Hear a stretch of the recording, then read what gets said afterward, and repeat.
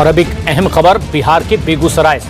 इनकलाब जिंदाबाद जिंदाबाद जिंदाबाद, गठबंधन छात्र युवा एकता जिंदाबाद जिंदाबाद जिंदाबाद, आज तो हम एक हैं इनकलाब जिंदाबाद जिंदाबाद जिंदाबाद, अधिकारों पर हमला नहीं सहेंगे नहीं सहेंगे नहीं सहेंगे, लोकतांत्रिक अधिकारों पर हमला नहीं सहेंगे नहीं सहेंगे नहीं सहेंगे।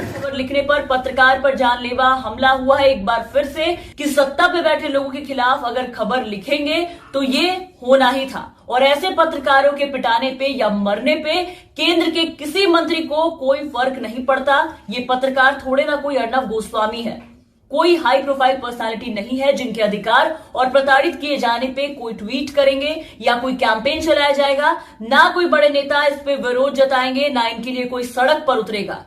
इनके लिए ना प्रकाश जावड़ेकर ट्वीट करेंगे, ना केंद्रीय मंत्री स्मृति ईरानी और ना ही अमित शाह ने कोई भी ट्वीट किया और ना कोई ट्वीट करेंगे। ना अपनी नाराजगी जताई कि राज्य का शक्तियों का दुरुपयोग किया जा रहा है। ना बीजेपी के कोई नेता कहीं धरना प्रदर्शन करते आपको नजर आएंगे। इनके लिए सोशल मीडिया पर हैशटैग लगाकर न्याय के लिए कोई भी कैंपेन नहीं चलाया जाएगा। कुछ नहीं होगा क्योंकि आखिर कोसे तो कोसे किसको, राज्य में इनकी ही सरकार है और सबसे ज्यादा पत्रकारों की जो दयनीय स्थिति है वो भी इनके ही सरकार में। या ना जाने अब तक कितने केसेस और कितनी खबरें पत्रकारों के साथ मारपीट और उनकी हत्या को लेकर के तो हमने आपको दिखाया। बाकी जो मामले सामने नहीं आते उनकी बात छोड़ ही दीजिए। खैर, इस घटना के बाद अभी किसी को ना इमरजेंसी की याद आएगी, ना ही आजाद प्रेस पर इस हमले का कोई विरोध जताएगा। विरोध किए जाने की बात कहीं नहीं होगी, इस पे आगे बात करेंगे। लेकिन उससे पहले आज आपको अमित शाह और प्रकाश जावड़ेकर स्मृति ईरानी का वो ट्वीट पढ़कर एक बार सुनाऊंगी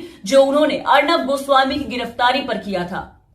उसके बाद आप खुद इस बात को सोचिए कि पत्रकारों के अधिकार की बात करने वाले सारे बीजेपी के दिग्गज मंत्रियों को इन पत्रकारों का दर्द आखिर क्यों नहीं दिखता है। पहला ट्वीट देखिए, अमित शाह जी का है जो आपकी स्क्रीन पर है। उन्होंने किया था, कांग्रेस और उसके सहयोगियों ने एक बार फिर लोकतंत्र को शर्मसार कर दिया है। रिपब्लिक टीवी और अर्नब गोस्वामी के खिलाफ राज्य की शक्तियों का प्रयोग व्यक्तिगत स्वतंत्रता और लोकतंत्र के चौथे स्तंभ पर एक हमला है। इसमें हमें इमरजेंसी दिनों की याद आती है। आजाद प्रेस पर इस हमले का विरोध होना चाहिए और होगा। जी बिल्कुल, विरोध होना चाहिए और कड़ा विरोध चाहिए। लेकिन सवाल यह है कि यह विरोध सिर्फ और सिर्फ अर्नब गोस्वामी जैसे महान पत्रकारों के लिए ही क्यों? बाकी के पत्रकार क्या पत्रकार नहीं, वो देश के दुश्मन है या सत्ताधारी पार्टी के दुश्मन है। जो जरा सा खिलाफ में खबर चला दे तो उनके हाथ पैर तोड़ दिए जाते हैं, उन्हें बुरी तरीके पीटे जाते हैं और उनकी हत्या की जाती है, उन्हें गिरफ्तार कर लिया जाता है केंद्रीय मंत्रियों से सिर्फ और सिर्फ इसलिए है क्योंकि इन्होंने जो आजाद प्रेस का मुद्दा उठाया है, जो अधिकार की बातें की है, एक पत्रकार के समर्थन में उनकी रिहाई के लिए जो हाय तौबा मचा दिया था। तो सवाल है कि बाकी के पत्रकारों के लिए भी इन्हें कानून का पाठ याद आना चाहिए। जिस विरोध जताने की बात कर रहे हैं उस पे यहां भी विरोध जताना चाहिए और सवाल करना चाहिए। खुद के शासित राज्यों के मुख्यमंत्री से भी सवाल करना चाहिए और उस बीजेपी नेता और उनके लिए जिन्होंने ऐसी हरकत की है, मारपीट की है। और अगर गौर करके देखा जाए तो ये कोई पहला मामला नहीं है जब सत्ता पक्ष के लोगों ने यात्रियों का दुरुपयोग किया है।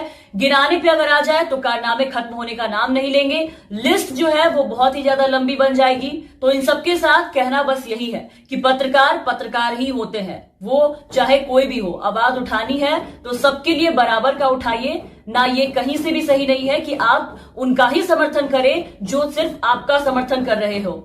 जो खिलाफ खबरें चलाए वो ऐसे बेरहमी से पिटाए। सरकार चाहे किसी की भी हो, कांग्रेस की हो, बीजेपी की हो या कहीं और की सरकार हो, आप उसके राज्य की स्थिति को कोसे और वो आपके राज्य की स्थिति को कोसे, ये कहीं से भी सही नहीं है। और ज्यादातर अगर आप देखें तो बीजेपी पार्टी जो है वो अक्सर उन्हीं राज्यों को कोसते नजर आती है, उन्हीं राज्य पे सवाल खड़े करती है, उन्हीं के खिलाफ खड़े होती है जहां उनका राज्य नहीं है। लेकिन उनके शासित राज्यों में पत्रकारों की क्या स्थिति है या लोगों की क्या स्थिति है, किस तरीके के हालात पैदा हो रहे हैं, अभी तक सिर्फ पत्रकारों के साथ इस तरीके के बर्ताव किए गए हैं, मारपीट किए गए हैं, उन्हें गिरफ्तार किया गया है, धड़ल्ले से उठा करके उन्हें जेल में भेज दिया जाता है। अपराधी तो इनसे पकड़ाते नहीं है, लेकिन हाँ, पत्रकार अगर इस पर सवाल उठाए तो धड़ल्ले से उनके साथ मारपीट की जाती है।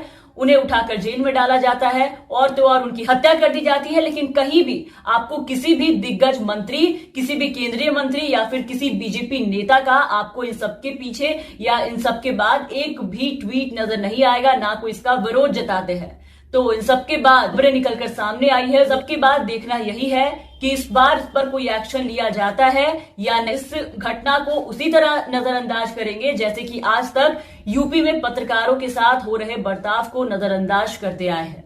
तो फिलहाल के इस वीडियो में बस इतना ही। आप बने रहे हमारे साथ। अगर आपने अब तक हमारे चैनल को सब्सक्राइब नहीं किया है तो जरूर सब्सक्राइब कर दें, साथ ही बेल आइकन जरूर दबाएं ताकि हमारी हर अपडेट्स आप तक पहुंचती रहे, कोई भी खबर आपसे छूटे ना। और अगर आप हमारे ये वीडियो हमारे फेसबुक पेज पर देख रहे हैं तो हमारे फेसबुक पेज को जरूर फॉलो करें। धन्यवाद।